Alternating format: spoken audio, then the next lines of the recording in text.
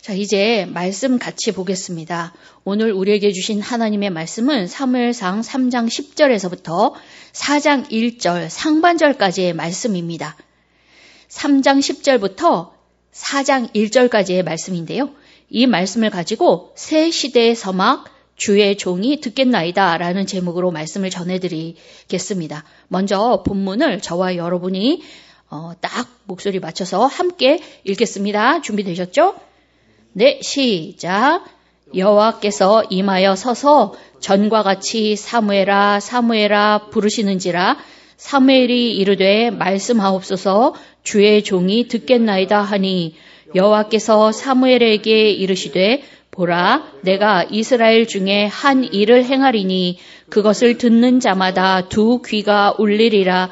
내가 엘리의 집에 대하여 말한 것을 처음부터 끝까지 그날에 그에게 다 이루리라. 내가 그의 집을 영원토록 심판하겠다고 그에게 말한 것은 그가 아는 죄악 때문이니 이는 그가 자기의 아들들이 저주를 자청하되 금하지 아니하였음이니라. 그러므로 내가 엘리의 집에 대하여 맹세하기를 엘리의 집의 죄악은 제물로나 예물로나 영원히 속죄함을 받지 못하리라 하였노라 하셨더라.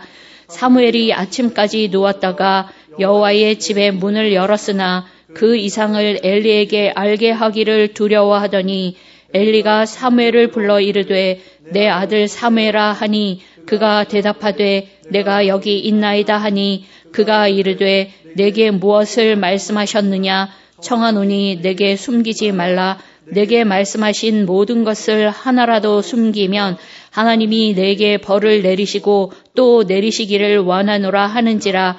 사무엘이 그것을 그에게 자세히 말하고 조금도 숨기지 아니하니 그가 이르되 이는 여호와시니 선하신 대로 하실 것이니라 하니라.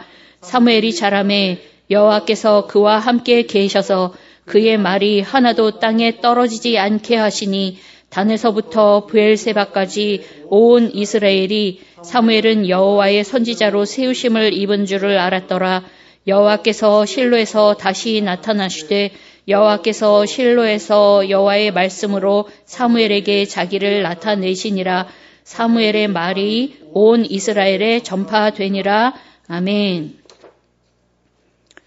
저는 하루 중에서 참 괴로운 시간이 있습니다. 바로 그날의 뉴스를 보는 시간인데요. 속 시원하고 마음이 따뜻해지는 그런 기사는 좀처럼 없고 정치를 보나 경제를 보나 사회, 문화 각 분야가 한 가지로 부패하고 나날이 악해지는 현상을 보기 때문입니다. 그래서 가슴이 막히고 주여 하고 탄식하게 됩니다. 요즘에는 전 세계적인 기상이변까지 자주 보도가 되고 있어서 정말 주님 오실 날이 가깝구나, 빨리 오셨으면 좋겠다라는 생각도 하게 됩니다. 그러나 그럼에도 불구하고 나날이 부패하고 악해져가는 이 세상을 우리가 그냥 손 놓고 볼 수만은 없지 않겠습니까? 주님 오실 날까지는 우리와 우리 다음 세대가 같이 살아가야 할 세상이기 때문입니다.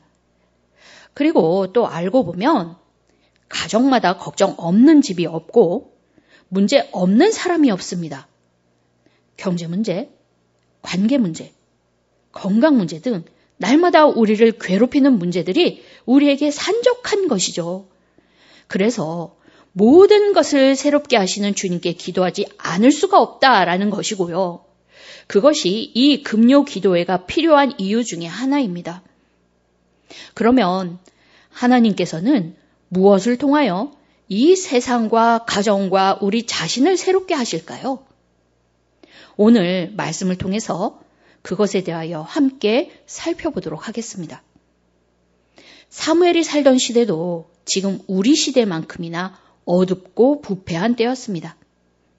사람마다 자기 소견에 옳은 대로 행하던 그 사사시대의 끝무렵이었기 때문입니다. 그래서 여호와의 말씀이 희귀하여 이상이 흔히 보이지 않았습니다. 하나님께서 사람마다 자기 소견에 옳은 대로 행하는 그 백성의 죄에 불쾌하셨기 때문입니다. 시편 74편에서도 하나님이여 주께서 어찌하여 우리를 영원히 버리시나이까? 어찌하여 주께서 기르시는 양을 향하여 진노의 연기를 뿜으시나이까? 우리의 표적은 보이지 아니하며 선지자도 더 이상 없으며 이런 일이 얼마나 오랬는지 우리 중에 아는 자도 없나이다 한 것 같이 지금 그와 같은 상황이 벌어지고 있는 중이다라는 것입니다. 끝모를 절망의 늪에 빠져버린 상태다라는 거죠. 그러나 하나님께서는 이러한 절망적인 상황 중에서 사무엘을 부르심으로써 개입하기 시작하십니다. 사무엘상 3장 2절과 3절을 보니 초저녁부터 새벽까지 켜놓는 하나님의 등불이 아직 꺼지지 않은 한밤중이었습니다. 나이가 너무 많아서 눈이 잘 보이지 않는 엘리는 잠을 자기 위해서 성소 옆에 있는 대제사장 공간에 누워 있었고 사무엘은 하나님의 궤가 있는 지성소 앞, 그곳을 성소라고 하는데요. 그 중에서 제사장과 레위인 등이 유숙하는 그런 곳이 정해져 있었던가 봅니다. 그때에는 거기서 잠을 청하고 있었던 거죠.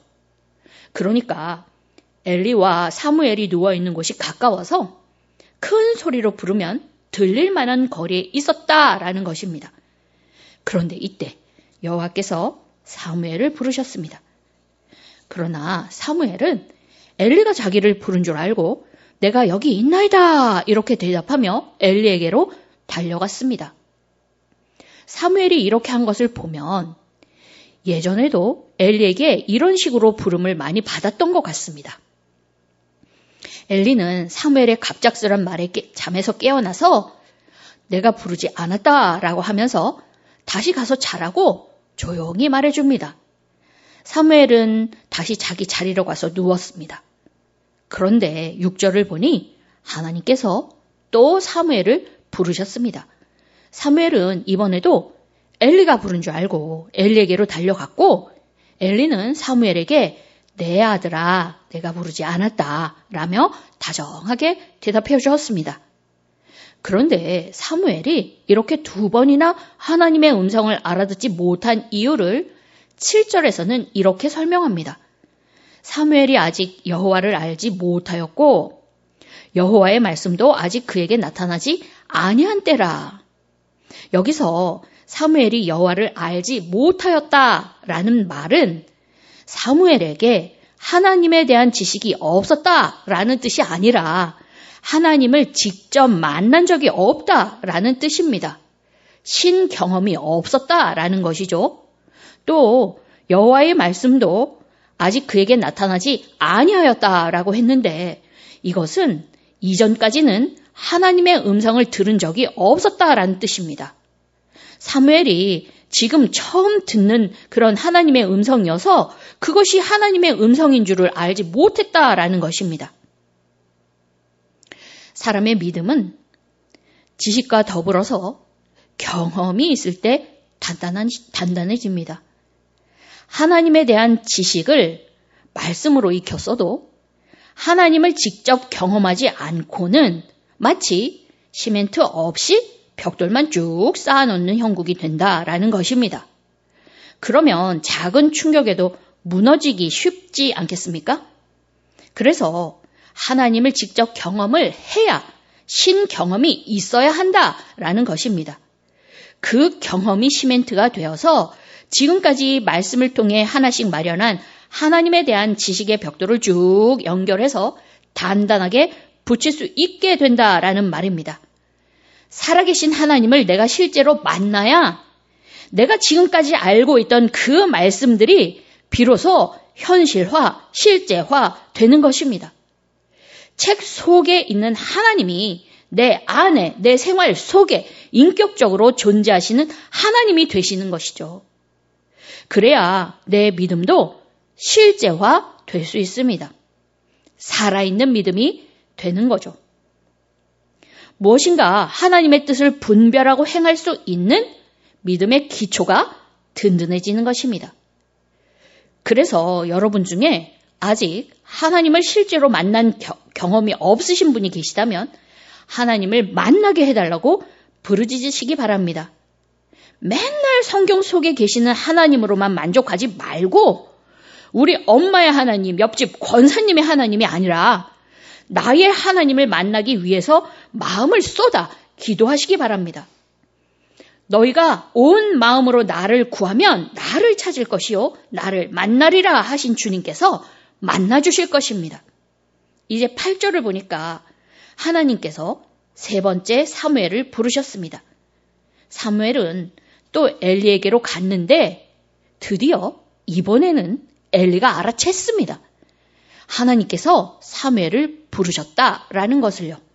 그래서 엘리는 사무엘에게 하나님께서 부르실 때에 뭐라고 대답해야 할지를 알려주었습니다.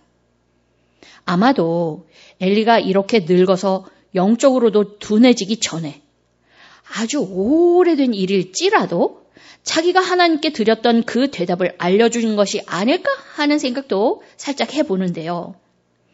그 대답인 즉슨 여호와여 말씀하옵소서 주의 종이 듣겠나이다 라는 것이었습니다. 이런 대답은 여호와의 종으로서 마땅한 경의를 나타내면서 무엇을 더 말씀하시든지 기꺼이 반응하려는 태도를 보이는 것입니다. 하나님의 부르심에 합당한 마음가짐과 대답입니다. 주님께서 말씀하시면 그래서 우리도 이와 같이 응답해야 하는 것이죠. 사무엘은 엘리의 말을 듣고서야 자기가 들은 음성이 여호와의 음성인 줄 알았습니다. 이쯤 되었으니 아마도 이제 더 이상 엘리도 사무엘도 잠을 잘 수가 없었을 것 같습니다. 그래도 사무엘은 일단 자기 처소로 돌아가서 다시 누웠습니다. 그리고 10절을 보니 하나님께서 사무엘을 네 번째 부르십니다. 사무엘이 세 번이나 주님의 음성을 못 알아들었어도 하나님께서는 그런 사무엘을 용납하시고 참으시면서 네 번째로 또 그를 부르신 것입니다. 왜냐하면 사무엘은 제사장이며 또 선지자로서의 직무를 감당해야 할 사람이었기 때문입니다. 그러니 사무엘은 하나님의 말씀과 사람의 말을 구별할 수 있도록 배우는 것이 필요했죠. 그것은 사무엘이 앞으로의 사역을 위해 준비해야 할 아주 중요한 일이었습니다. 그래서 하나님은 사무엘의 연약함을 감싸 안으시며 그를 또 부르신 것입니다. 그런데 우리 하나님은 우리에게도 그렇게 하십니다. 우리의 연약함을 아시고 긍휼히 여기시면서 사랑으로 인내하시며 우리가 알아듣도록 계속 말씀해 주시는 분입니다. 왜냐하면 예수님으로 인하여 우리도 하나님 나라를 위하여 일할 왕 같은 제사장이 되었기 때문입니다. 그리고 하나님께서 말씀하신다라는 것은 성경적인 신앙의 근본 실체입니다. 우리 믿음의 확신은 하나님이 존재하신다라는 것보다 하나님이 말씀하신다라는 것에서 먼저 시작되었다는 것입니다. 말씀하시는 하나님을 만남으로써 살아계신 하나님, 하나님의 존재가 있다라는 것을 믿게 된다라는 것이죠. 그래서 성경도 창세기 1장 3절 빛이 있으라 하신 창조의 말씀으로부터 시작을 해서 계시록 22장 17절 오라 듣는 자도 오라 할 것이요 목마른 자도 올 것이요 또 원하는 자는 값없이 생명수를 받으라 하는 이 초청의 말씀까지 온통 하나님의 말씀으로 가득 차 있습니다. 그런데 그 말씀의 특징은 하나님께서 우리 사람과 인격적인 대화의 형태로 하신 말씀이다라는 것입니다. 학교 수업처럼 일반적인 진리나 철학을 운운하는 것이 아니고요. 윤리적인 기준을 나열하거나 해석하는 것이 아니다라는 것입니다. 우리가 살고 있는 그 구체적인 상황 안에서 주님께서 우리에게 주시는 아주 구체적이고 필요한 말씀을 우리가 알아듣는 언어로서 말씀해 주신다라는 것입니다. 그러니 이렇게 말씀하시는 하나님이 계신다라는 것이 우리에게 얼마나 은혜입니까? 사무엘은 3번이나 못 알아들었지만 이번에는 하나님께서 부르시는 줄 알아듣고 엘리에게 배운 대로 대답합니다. 말씀하옵소서 주의 종이 듣겠나이다. 아까 제가 이 말은 여호와의 종으로서 마땅한 경의를 나타내면서 무엇을 더 말씀하시든 기꺼이 반응하려는 태도라고 했는데요. 한편으로 이 대답은 사무엘이 경청했다 또는 사무엘이 기도했다라고 해석해도 좋은 말입니다. 처음 듣는 하나님의 음성인데 무릎을 꿇고 엎드려서 덜덜 떨리는 가슴을 진정시키느라 애쓰면서 사무엘이 얼마나 주의를 기울이고 들었겠습니까? 그 말씀을. 경청이란 깊은 관심을 가지고 듣고 그에 대한 반응까지 이어지는 것을 말합니다. 그러니 곧 기도했다라고 볼 수 있다는 것입니다. 쉽게 말해서 듣는 기도입니다. 우리는 보통 기도라고 하면 하나님 앞에 가서 그저 내 할 말만 쏟아놓는 것을 떠올리는데 그것은 기도라고 하기엔 상당히 아쉽습니다. 무엇인가 중요한 게 하나 빠졌어요. 바로 하나님의 말씀을 듣는 것이 빠졌다라는 것입니다. 기도는 인격적인 하나님과의 대화입니다. 대화란 상대방과 서로 주거니 받거니 하며 말하는 거잖아요. 그런데 그저 일방적으로 내 말만 쏟아놓는다면 그걸 대화라고 할 수 있겠느냐라는 것입니다. 만약에 누군가가 여러분에게 와서 일방적으로 자기 말만 속사포처럼 쏟아놓고 갔다면 여러분은 어떤 생각이 드시겠습니까? 마더 테레사라고 제가 참 존경하는 분이 계신데요. 여러분도 잘 알고 계시죠? 이분은 카톨릭 수녀로서 수많은 이들을 구제하는 데 헌신하신 분이고요. 1979년에 노벨 평화상을 수상하시고 1997년에 말라리아로 돌아가셨습니다. 저는 이분의 기사 중에 기도와 관련하여 아주 깊이 생각하게 된 것이 하나 있습니다. 어느 날 어떤 기자가 테레사 수녀에게 물었습니다. 어떻게 기도하느냐고요. 수녀님은요, 듣는다 라고 대답했습니다. 그러자 그 기자가 또 물어봤습니다. 그러면 하나님은 어떻게 하시냐고요. 그랬더니 테레사 수녀님이 주님도 들으십니다 라고 대답했다고 합니다. 그러면 이것은 무슨 뜻입니까? 기도에서는 말하는 것보다 듣는 것이 더 중요하다라는 의미 아니겠습니까? 그러므로 우리는 기도하면서 하나님의 말씀을 들어야 합니다. 그것도 아주 주의를 기울이고 관심을 가지고 들어야 한다라는 거죠. 경청해야 합니다. 이것이 기도입니다. 물론 쉽지는 않을 것입니다. 사무엘도 어려웠어요. 그러나 불가능하지 않습니다. 사무엘도 했습니다. 엘리의 도움을 받아서요. 그래서 우리도 할 수 있습니다. 내 옆에 있는 믿음의 선배들, 또 목회자들, 또 결정적으로 하나님의 말씀의 도움을 받아서 들을 수 있습니다. 그리고 들을 뿐만 아니라 들은 대로 행해야 합니다. 들은 말씀을 드러내야 한다라는 것입니다. 어떤 경우에는 그것이 먼저 선포의 형태가 될 수 있고요. 구체적인 행위로 실행에 옮겨야 하는 경우도 있습니다. 그래서 사무엘도 그와 같이 했습니다. 그러나 쉽지 않았죠. 왜냐하면 사무엘에게 하신 하나님의 말씀이 엘리 제사장 가문에 대한 심판의 말씀이었기 때문입니다. 본문 11절에서 14절까지를 보면 사무엘상 2장에서 하나님의 사람이 엘리에게 와서 전해준 여호와의 심판의 말씀이 다시 확증되고 있는 것을 봅니다. 엘리의 집이 영원히 심판받는 것은 이미 그가 알고 있는 죄악, 곧 엘리가 자기 아들들이 성소에서 저지른 그 악한 행위를 알고서도 적극적으로 금하지 않았기 때문이다라는 것입니다. 그리고 그것은 양이나 소를 잡아서 피를 쏟아드리는 그런 제물로나 곡식으로 드리는 예물로나 영원히 속죄함을 받지 못할 것이라 하셨습니다. 왜냐하면 그 죄를 속할 그 죄물 자체를 가지고 그들이 하나님을 욕되게 했기 때문입니다. 제사장들이 짐짓 모르고 죄를 범했을 때에는 그 죄를 속할 방법이 있습니다. 그러나 알고도 멋대로 죄를 범할 경우에는 그 죄 사함을 받을 수 없었습니다.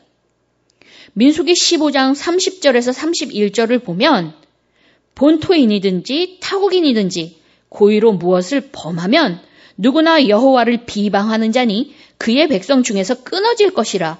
그런 사람은 여호와의 말씀을 멸시하고 그의 명령을 파괴하였은즉 그의 죄악이 자기에게로 돌아가서 온전히 끊어지리라 라고 했고요. 레위기 24장 16절에는 여호와의 이름을 모독하면 그를 반드시 죽일지니 온 회중이 돌로 그를 칠 것이니라. 거류민이든지 본토인이든지 여호와의 이름을 모독하면 그를 죽일지니라 했습니다.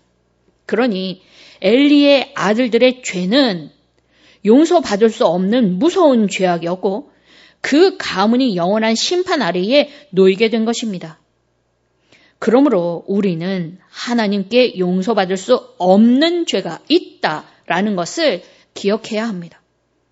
신약에도 마태복음 12장 31절에서 그러므로 내가 너희에게 이르노니 사람에 대한 모든 죄와 모독은 사하심을 얻되 성령 하나님을 모독하는 것은 사하심을 얻지 못하겠다라고 하였고, 히브리서에서도 한 번 빛을 받고 하늘의 은사를 맛보고 성령에 참여한 바 되고 하나님의 선한 말씀과 내세의 능력을 맛보고도 타락한 자들은 다시 새롭게 하여 회개할 수 없나니 이는 그들이 하나님의 아들을 다시 십자가에 못 박아 드러내놓고 욕되게 함이라 하였습니다.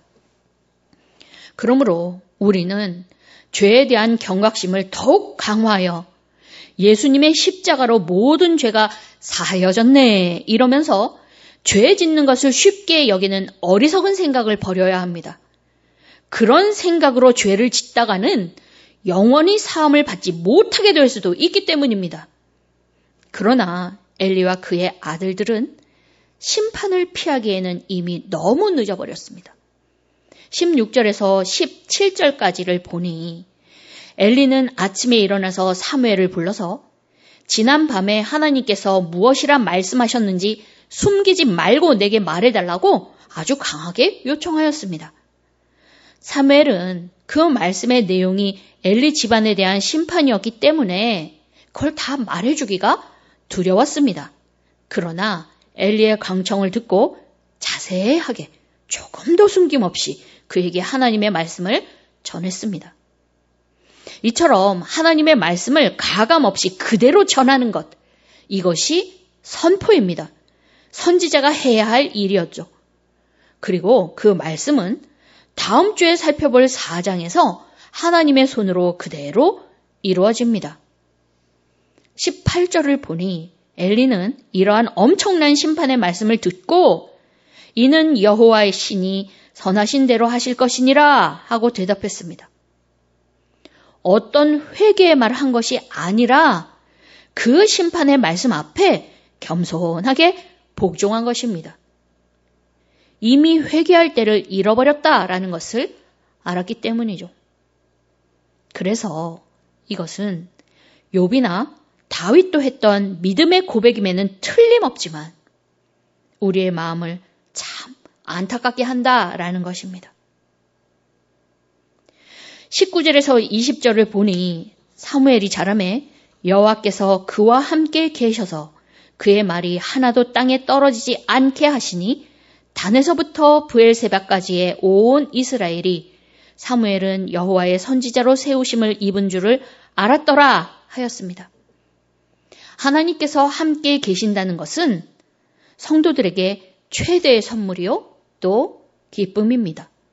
왜냐하면 하나님께서 그를 보호하시고 인도하시고 그에게 필요한 모든 것을 공급하심으로써 그가 하는 일의 성공을 보장하신다라는 말씀이기 때문입니다.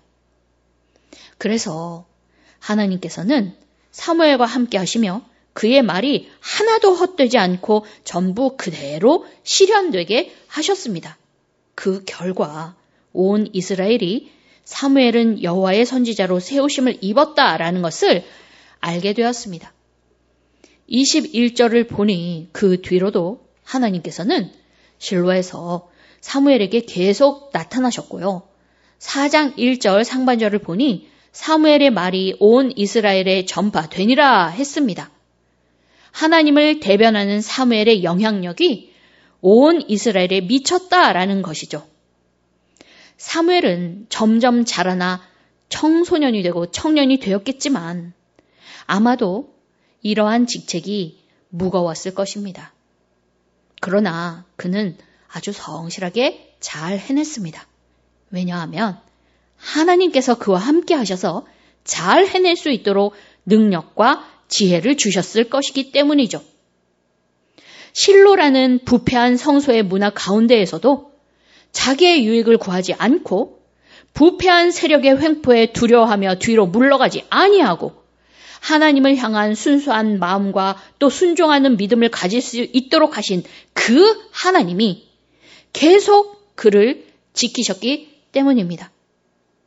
그리고 그렇게 하심으로써 하나님께서는 온 이스라엘을 새롭게 하기 시작하셨습니다. 하나님께서 사무엘에게 장차 이룰 새로운 사회에서 주도권을 잡을 수 있도록 권위를 주신 것입니다. 주님께서 이루실 새 시대, 그것은 왕이신 하나님의 마음과 뜻을 잘 알고 그것을 행할 하나님을 닮은 대리 통치자가 다스리는 시대를 말합니다. 왕정이 시작되는 거죠. 그리고 그 새로운 시대의 시작을 알리는 하나님께서는요, 사무엘과 함께 하셨다라는 것입니다. 사무엘은 장차 1대 사울을 거쳐서 2대 다윗에까지 기름을 부어서 왕으로 세우는 킹메이커의 그 역할을 감당한 것입니다. 그리고 하나님의 마음에 합한 다윗 때에 이르러서 하나님이 원하시던 그 나라가 이루어지는 것이죠. 물론 거기까지의 과정에 즐거움만 있었던 것은 아닙니다. 아이를 낳지 못하던 한나의 괴로움과 눈물의 기도도 있었고요. 엘리 가문의 심판과 같이 낡은 것을 폐하는 과정에서 겪는 아픔과 슬픔도 있었습니다. 그러나 이스라엘은 슬픔보다 더 큰 희망을 가지고 앞으로 나아갔습니다. 죽이기도 하시지만 살리기도 하시는 하나님께서 함께 계시기 때문입니다. 그리고 이 희망과 번영의 새 시대의 서막에는 하나님의 말씀과 사무엘의 순종이 있었습니다. 하나님께서 사무엘을 만나서 말씀하심으로써 새 일이 시작되었습니다.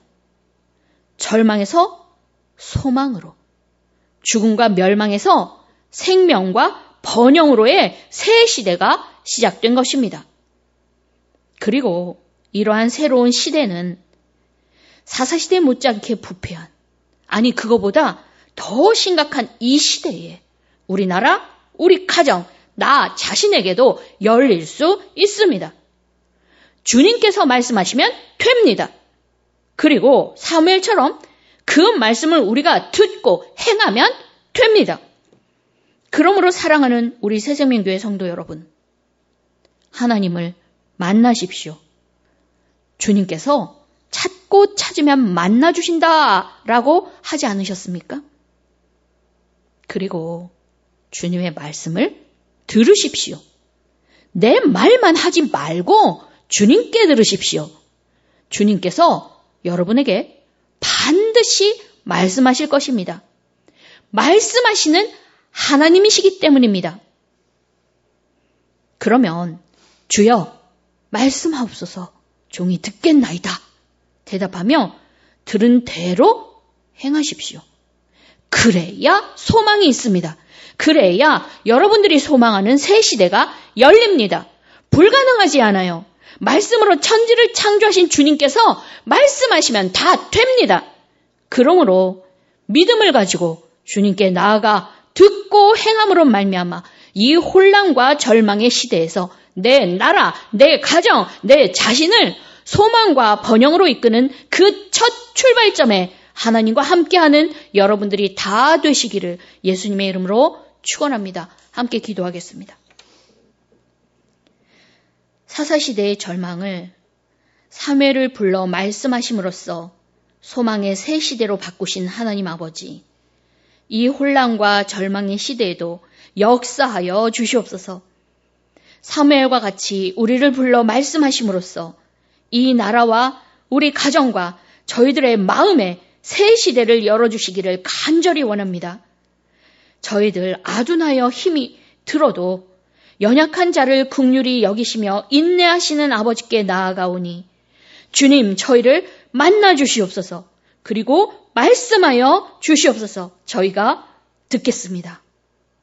주님, 저희 마음밭을 말씀으로 기경하여 주시어서 주님께서 말씀하실 때에 그 말씀 잘 알아듣고 그대로 순종하게 도와주시옵소서. 그리하여 주님께서 행하시는 새로운 시대를 함께 열고 함께 만들어가는 자들이 되게 하여 주시옵소서.